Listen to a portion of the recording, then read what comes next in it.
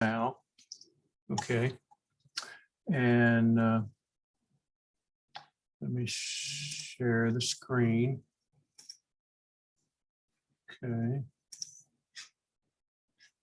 Is that visible to everyone? Okay, good. All right, here we go.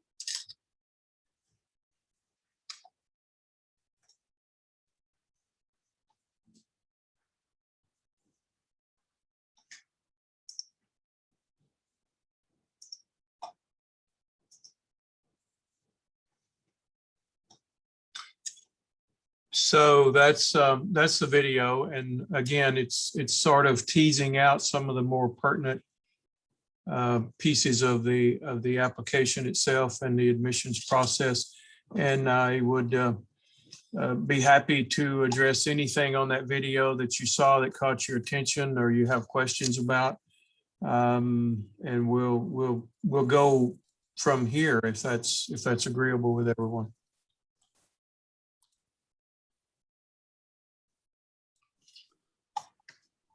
I see Havana has her hand up there. Hi, Dr. Mays. Thank you so much for doing this. I just had a quick question. I know that A&M is waiving the GRE requirement, but can you still submit it, and will it be considered if it is? That's a good question, and thank you for that, Havana. No, so yes, you can take the GRE and you can submit it, but it is not a part of the consideration. There's really no point in doing that unless you are also applying to a different program that requires the GRE. The GRE stipulation when it was still in place required that the student take the GRE within the previous 5 years of the application cycle. And in addition to that, it didn't matter how many times the GRE was taken by that applicant. Whichever one of those scores were to the applicant's benefit, whichever one was better is what was considered. The other results were not a part of the consideration. But again, that all kind of changed, or didn't kind of change, it did change with the COVID influence. And I'm not able to say that the GRE won't become a requirement again in the future, but currently with the upcoming cycle that begins, 1st of May, it will not be a requirement here with us. Thank you. Sure, thanks. Thank you. Dr. Mays, sorry I didn't get a chance to join early and introduce myself. So I'm Craig Coates. I'm the Associate Dean for Inclusive Excellence for the College of Agriculture and Life Sciences, and I'm helping to try and serve as a faculty advisor for the group and pursue our diversity, equity, and inclusion efforts. So thank you for being here and talking with people. Absolutely.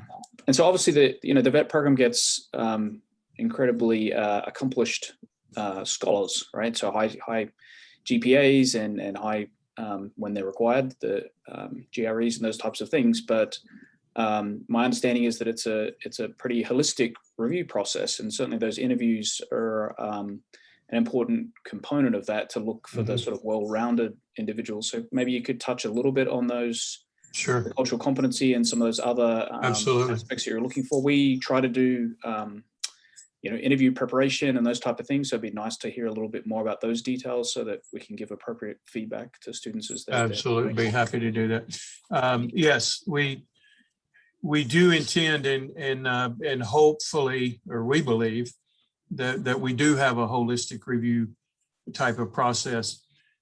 Speaking directly, let me address the interview thing first. This is a little bit different process than what I would consider to be a conventional interview. With the sort of historical interview, the candidate might walk into this conference room or visitation area. There might be anywhere from 3 to 5 interviewers waiting to receive that applicant, and sit down, introduce yourself, and all those kinds of things that you need to do, whether it's a multiple mini interview or whether it's the more traditional interview.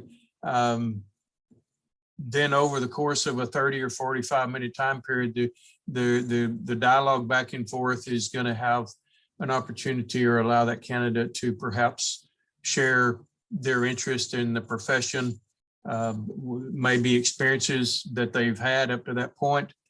Usually there's some questions, kind of think on your seat, if you will, questions that might be presented. And at the conclusion of that process, you excuse yourself, and the multiple mini interview process is not intended to give that opportunity to get to know each other.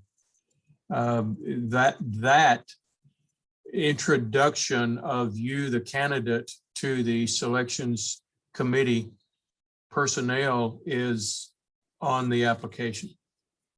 I encourage you to use that application, whether it's for this program or an entirely different program somewhere else. Use that application to tell your story. And I'll probably say that more than just a couple of more times. It's crucial, it's important that you utilize that application in the sense that it's intended. The interview process, the multiple mini interview process, is intended. Well, it has several potential outcomes from it. First of all, it's an opportunity for each candidate to be interviewed, at least in our format, 12 different times within an hour.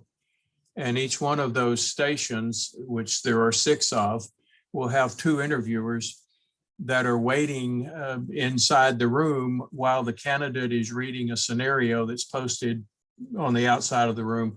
And with each one of those scenarios, there's a couple of prompts that are intended to allow the candidate to express things like empathy or awareness of cultural differences or cultural competencies, critical thinking, ethical reasoning.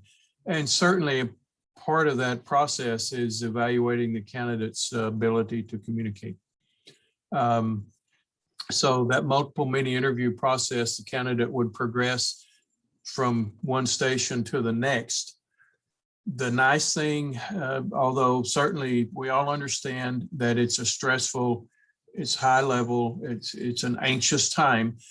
If the candidate leaves that room when the time is up and feels that, oh, I forgot to say this, or my gosh, I can't believe I said that, or I wish I had remembered, the 2 interviewers waiting in the next room have no idea.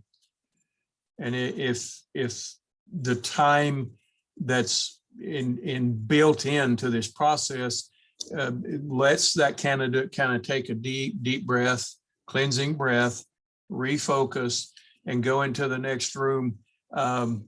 Whether you think you knocked it out of the park in the room you just left, or maybe you don't, you have a fresh start 6 different times. And those interviewers, those 2 people that are going to hear your responses, will independently of each other, and even though they're in the same room, once the candidate leaves, there's no discussion about, well, what did you think? Or, man, she really said that really well, or I can't believe that came out of his mouth. There's none of that. So these evaluations are done independently by 12 different people, of course. And the evaluation will appraise or evaluate the candidate's communication skill sets, as well as how the candidate responded to the prompts associated with that particular scenario.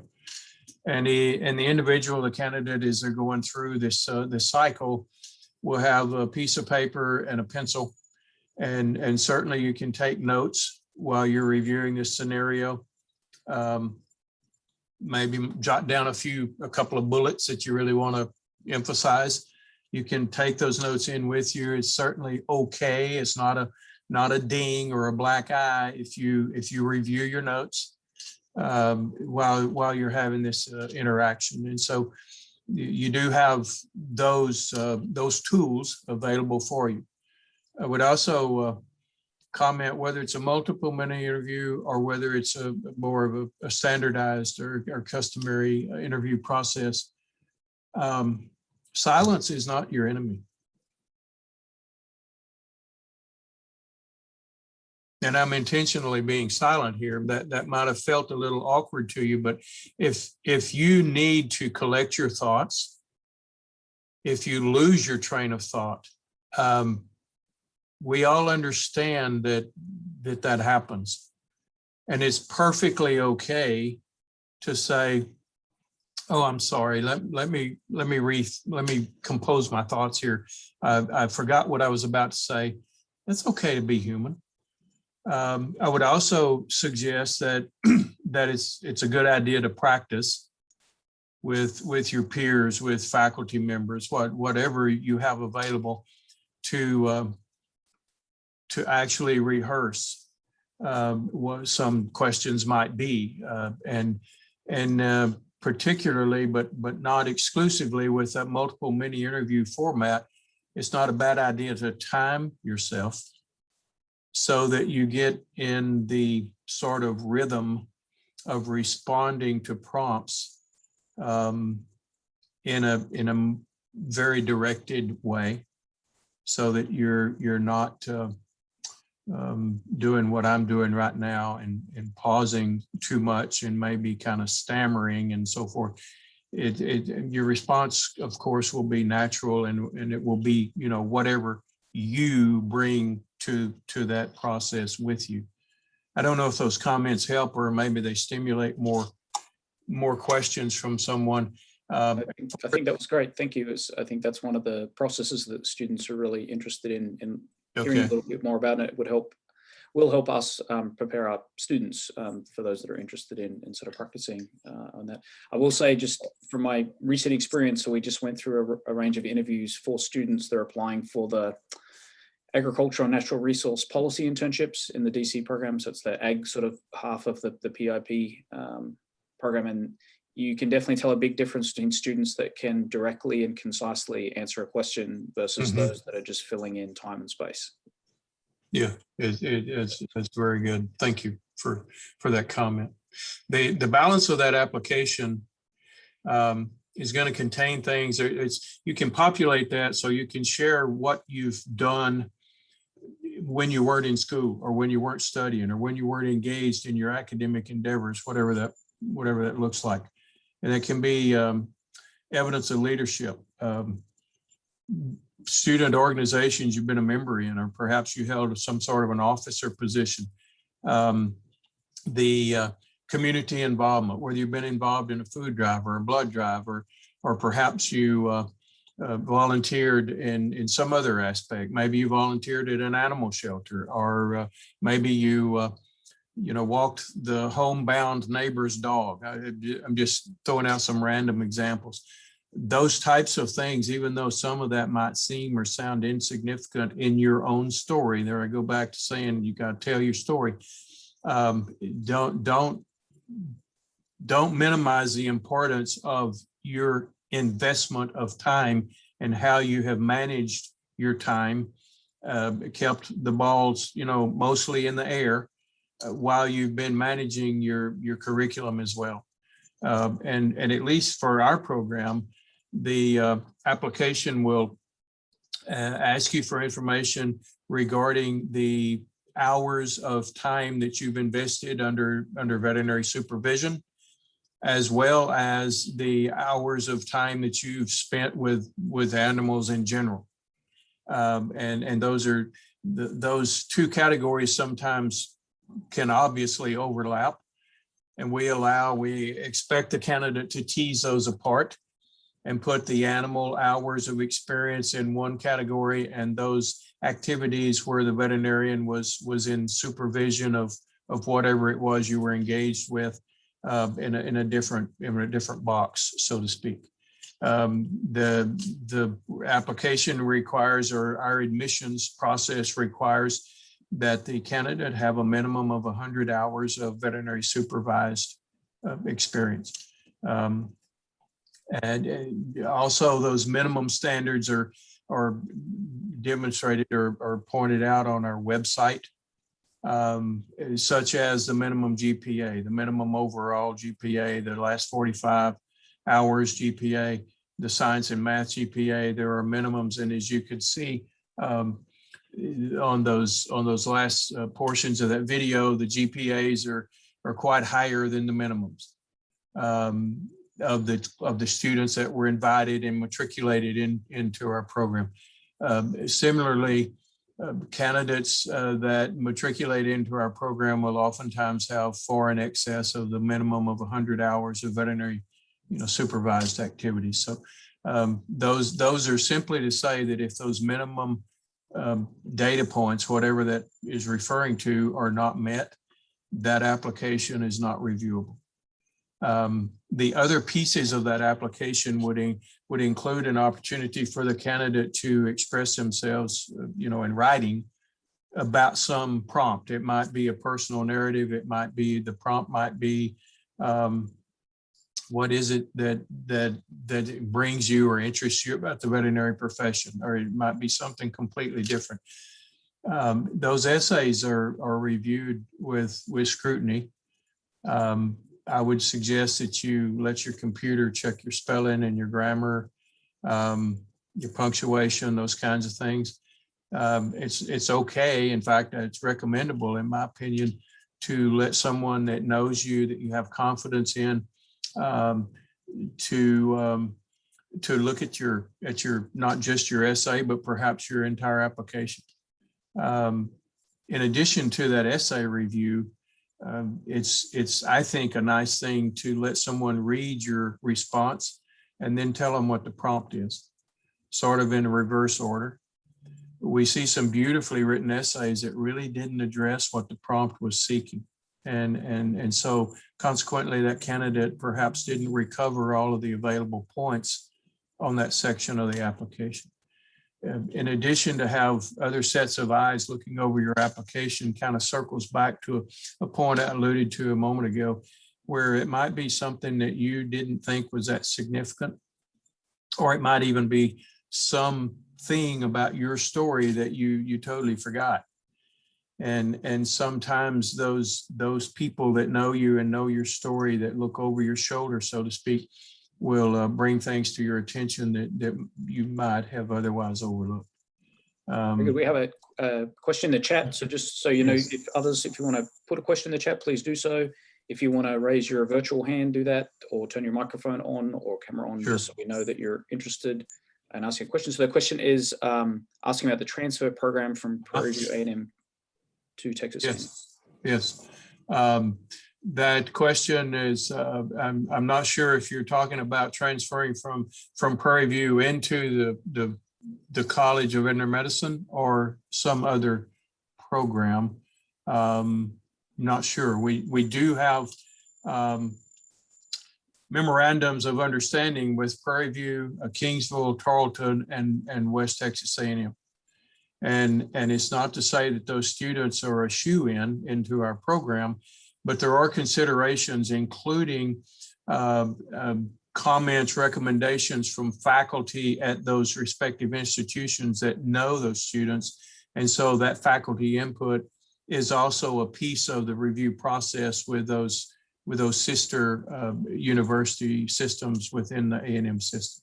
And I'm not sure if Sharice, if I'm really addressing where you're wanting me to go with that response. Yes, that's what I was asking. That answered it, because I did see online like they had like a program, but I just wanted to hear from you, like Yes.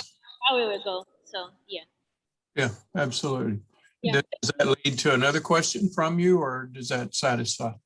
That satisfies it. Thank you, ma'am. Sure. Is the science GPA calculated with all science classes, or only anything that's got a science connotation is a part of that science GPA? Thank you, Havana. Yeah, it's not just the prerequisite courses that are stipulated. No, ma'am. That's since any I have science. here I'm as sorry.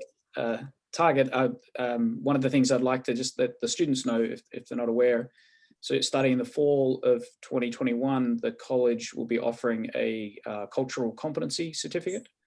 And so that's based on sort of delving a bit deeper into your coursework in 12-year academic credits, 10 hours of co-curricular activities, and then 20 hours of community-facing service learning project. And so that's a big focus on obviously cultural competency, but there's also communication skills picked up in that, and critical thinking skills in the project side of things as well. So just something to think about that might help give you some practice and some expertise and some experiences, so that you can have a broader perspective when you come up against those sort of interview processes. Yeah, that's a wonderful skill set opportunity. Yeah, capitalize on that. Also, unless there's another question someone wants to pose, I'll go back into that application thing, because if you're not already doing it, document somewhere, put it on a spreadsheet. Maybe you use a journal, kind of a diary thing about your activities, because when you start this application population, it begins in May and it concludes the middle of September. So you got a chunk of time there, but this application can be very daunting. And so if you have some reference other than just trying to recall, that will be very helpful. And honestly, you can go back into your high school years to bring forward into your undergraduate career pathway and document what you've been doing. You can go back and recover animal hours of experience beginning when you were a freshman. And you can also include those activities in high school that you were a part of. Maybe you were in the drama club, an athlete, maybe in the band, an ensemble, whatever, National Honor Society, whatever those things happen to be. You certainly can include that information on your application. And what we would like to see is that as much as your time and your schedule allows you in your undergraduate career to continue evidence of those leadership and those involvements that you began in your high school years. And I will say, Dr. Mays, one of the aspects of that cultural competency certificate is there's a large amount of self-reflection involved in that. And then the students will be putting together a portfolio of their sort of cultural competency journey. And so it's a very good way to capture the types of things that you're talking about, because what Dr. Mays is mentioning is sort of building a complete story of you, right? Your life, your experiences, and how those sort of intangible things are going to be brought to bear in the profession as you're going to interact with clients and everyone else too. So there's another question in the chat. We got a question about small animal and exotic hours, but not many large animal hours. Will that significantly impact chances of getting into vet school? That's an excellent question, and thank you for that question. The answer is it depends. And what let me fleshing that out a little bit. You're telling your story. It's not a absolute requirement that the candidate have hours of experience with an equine veterinarian, research veterinarian, a companion, exotic, and so forth. I would suggest that it's possible, if possible, and opportunities are not always within the reach of every candidate, but as much as you possibly can work into your schedule, if you can demonstrate a variety of experiences, that's not harmful. If you have 700 hours of documented experience in a companion animal practice, that's fantastic. You've got a very, very deep understanding about what is involved in that practice with that particular caseload. If you have an opportunity to also explore other things veterinarians are doing, then that would enhance your application. Don't mishear me. I'm not saying that an application that doesn't have that could not be competitive. It's the entire story. It's not just the hours of veterinary supervision. So to answer your question a little bit more directly, what it sounds like you've done is fantastic. If time allows and your opportunities allow, you as a candidate to give examples of other areas of the veterinary profession that you're familiar with, that would be good. It would be great. That's not available to everybody. Does that help, Hannah? Yes, thank you. Yes, please circle back if that's still a little murky. Should we focus on getting recommendations from just veterinarians? Okay, I was going to the recommendations. Thank you for leading me into that. That's awesome. So according to the requirements for this program, there must be 3 individuals that serve as references on your behalf. One of those, at least one of those, must be from a veterinarian that you worked with. I'm going to say this out loud. It's on our website, and it's posted in a couple of places that I'm aware of on our website. Those reference or those resources that are going to give you a reference cannot be a member of your family. And it seems like every year there's a candidate or two that has a reference from an uncle or even a parent or whatever, who is giving them a glowing recommendation. That application is not reviewable. So let that soak in. As far as should you get recommendations from just veterinarians? Not necessarily.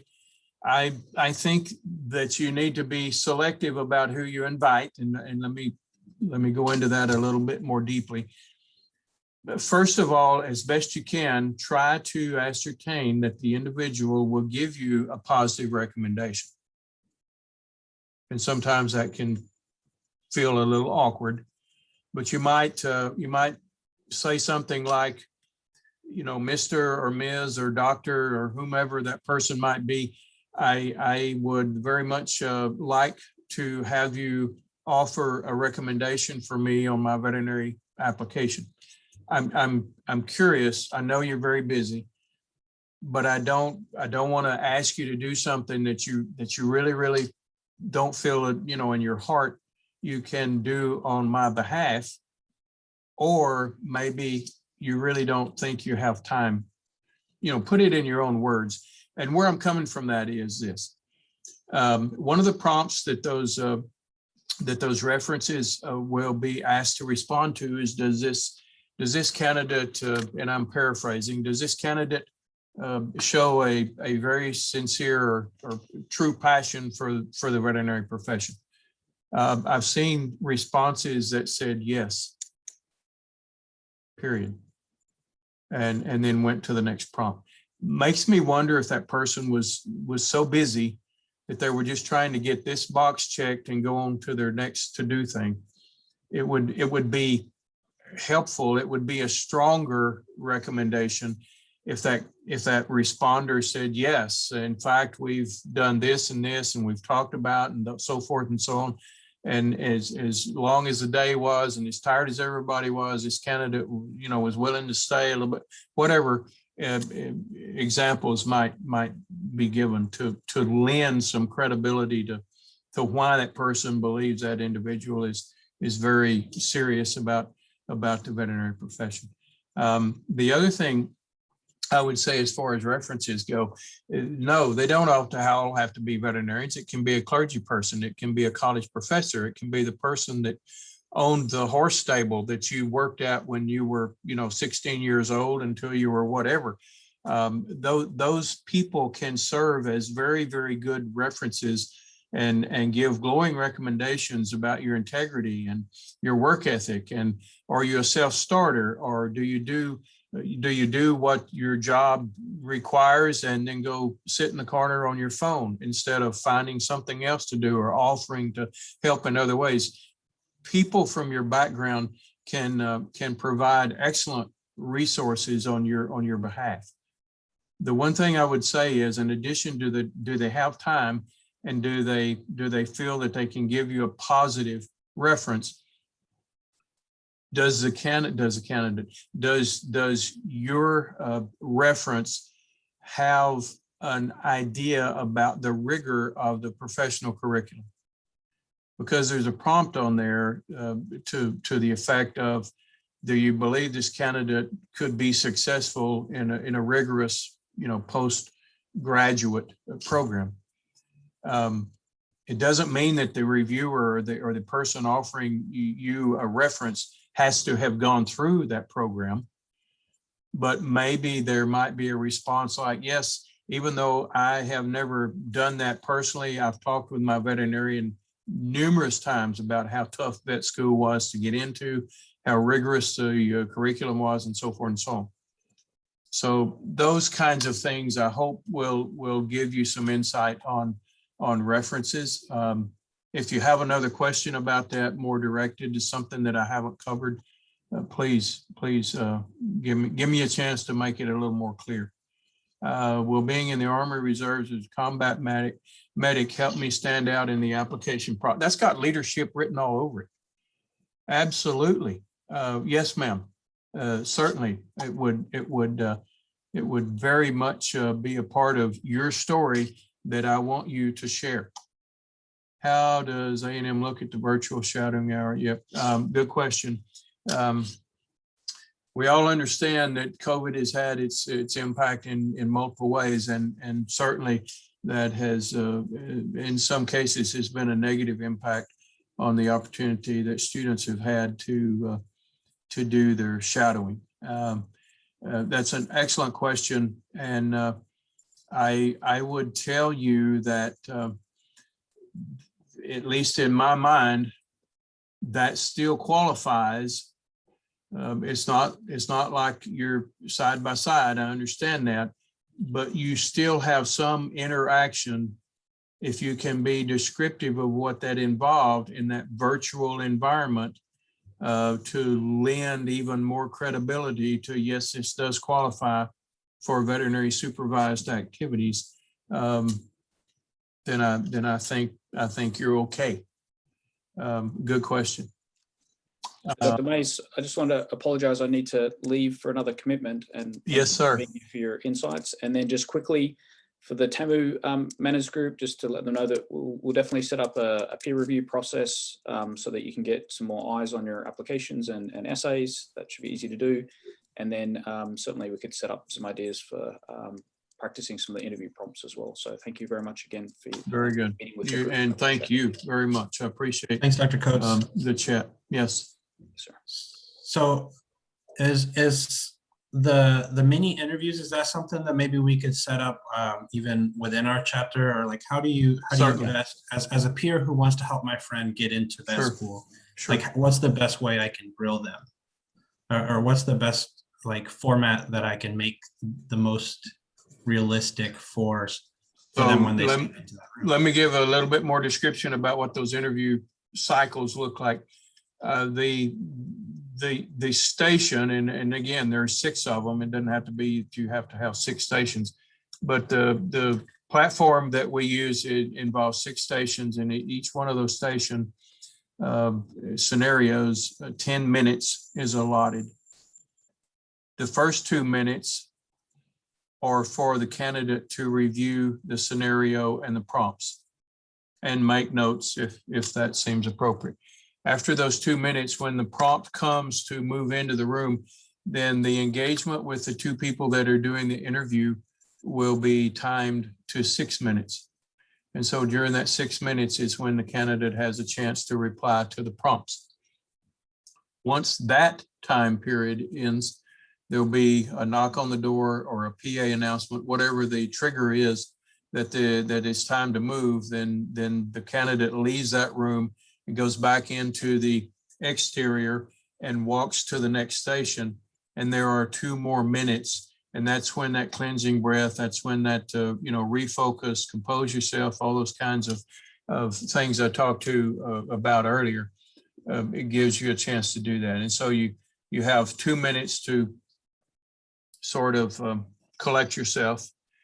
And then at the next prompt stimulus, you have 2 minutes to review the new scenario, the prompts associated with that.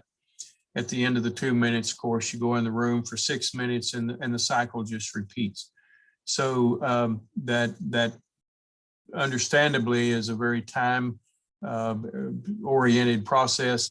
So in your mock interviews, you need to be strict about those times.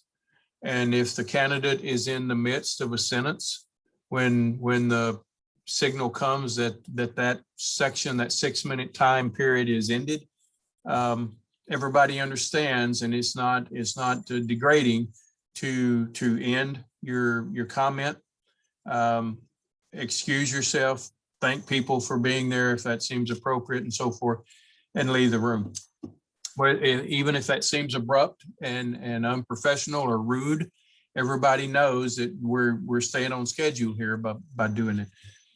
Some of the questions that you might consider are current events. What might be something in the veterinary world, and it's not intended to try to understand or get the candidate to share how much they know about veterinary. We're not going to ask you what's the vaccination protocol for a 6-week-old puppy. That's got nothing to do with it. We're going to say, okay, you happen to be an employee in a department store or whatever, fast food, whatever you want. You notice a coworker goes to the cash register, opens it, gets $20 out, puts it in the pocket, and walks away. One prompt might be, what do you do with that information, if anything? The other prompt might be, what possible reasons can you give examples for this behavior? It's not to try to decide that coworker stole $20. Oh, sure, that might be one of the examples or one of the explanations that you offer. It might also be that the coworker was told by the supervisor to go get some money out of the cash register and go buy some stamps. Or, I mean, whatever you can visualize a reason for what you saw to happen would be where we're trying to give you a chance to go with that. What would you do with that information? Would you immediately go to your supervisor? Would you go to your coworker?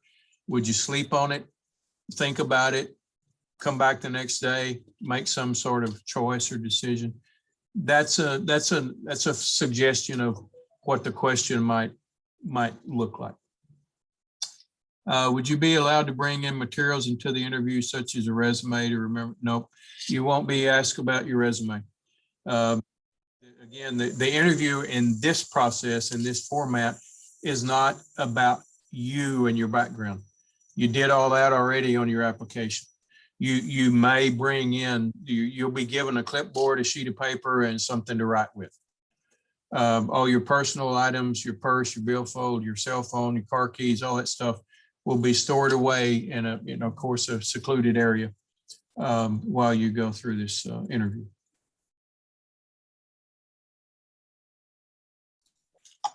So we are getting within 10 minutes of wrapping up the meeting, and we still have a few MANRRS chapter announcements to make. Sure. But if there's a dying question or concern or just prayer request, comment that somebody wants to put out there, now's the time to do that, please. And if you do want to reach out to Dr. Mays after, I'm sure he's already volunteered his email in the chat, which I'll repost right now. But he is more than happy to answer all of your questions. He's definitely the person to ask, and very, very well versed, and will tell you the correct answer and the honest answer, right, Dr. Mays? So it's a very stressful process, it sounds like. Yeah, I hope this hadn't been like drinking from a fire hose. I know there's been a lot of information, and I really, really appreciate the interactivity. And thank you again for the opportunity to visit. And hopefully we don't have more questions than we did before, but you're already starting to jog my mind for everybody. I'll keep you all in my thoughts as somebody who doesn't have to apply to veterinary school. Feel very blessed to not have to go through that stress. So one of the things that I want to do before we do finish up, and this pertains specifically to Texas A&M students. So maybe, well, it may pertain to you if your school also has a MANRRS chapter, but I want to go ahead and share my screen and talk about some chapter announcements that we have. So as of recently, we do have 2 open officer positions. So if you're inclined to work with students and help them achieve their professional development goals, like getting into veterinary school, for example, or getting into a career that they want within the realm of agriculture, natural resources, and related sciences, please reach out to us. We can definitely put you to work. We're definitely looking for motivated students to work with Dale and the team and myself as well. So if you're interested in either of those positions, please let us know. One of the big things we're looking forward to this semester is April 6th through the 9th. The National MANRRS Conference is actually going to happen. Last year it was canceled due to COVID. This is a national conference for the entire professional society. So if you're not familiar, there are 67 plus chapters of MANRRS across different universities around the US, and they all convene in the spring and have a training conference and career expo. So there's a career fair there. It's all virtual this year, but all of these same opportunities are going to be there. The same veterinary schools, universities, companies are going to be there hiring, providing opportunities to students who attend. And it is actually only $10 to register as a student for that virtual experience. So that's definitely an easy ticket into a lot of opportunities that you may be interested in. And like I said, veterinary schools are one of those those organizations that attend this and recruit students. So I'm not telling you to apply to other veterinary schools, but they will be there, and there will be opportunities for that too, if Texas A&M is not the only one you're looking at. So for those of us in the chapter, we do have a group going to do the big event. So it's a volunteering opportunity, and signups for that have already passed up, but just so everybody else knows, MANRRS actually tries to get a lot of volunteering under our belts to kind of build up our resumes and to also just do professional development. And this is another announcement we just wanted to put in front of you as well. There's a digital dialogue going on with the World Food Prize Foundation, which is kind of like the Nobel Prize for Food and Agriculture. If you're interested in some really prestigious high-level debate and dialogue about our food systems, if you're in MANRRS, you might be interested in those. So I went ahead and put that up here. And lastly, I just want to say follow us on Instagram and Twitter. That's how we're going to release the recording or put a link to the recording of this meeting out there for anybody to view. So if you're asking me, how can I watch the recording so I can recall all of Dr. Mays' answers and kind of build my application with Dr. Mays' advice, we will definitely make sure to get that in your hands so that you can kind of remember everything we talked about tonight. So, so with that, I want to just see if there's any last minute questions. I really appreciate y'all's time and the fact that y'all stopped by and took advantage of having Dr. Mays' expertise here. And we invite you to join MANRRS at whatever school you're at, and hope that you guys have some more questions or comments before everybody logs off.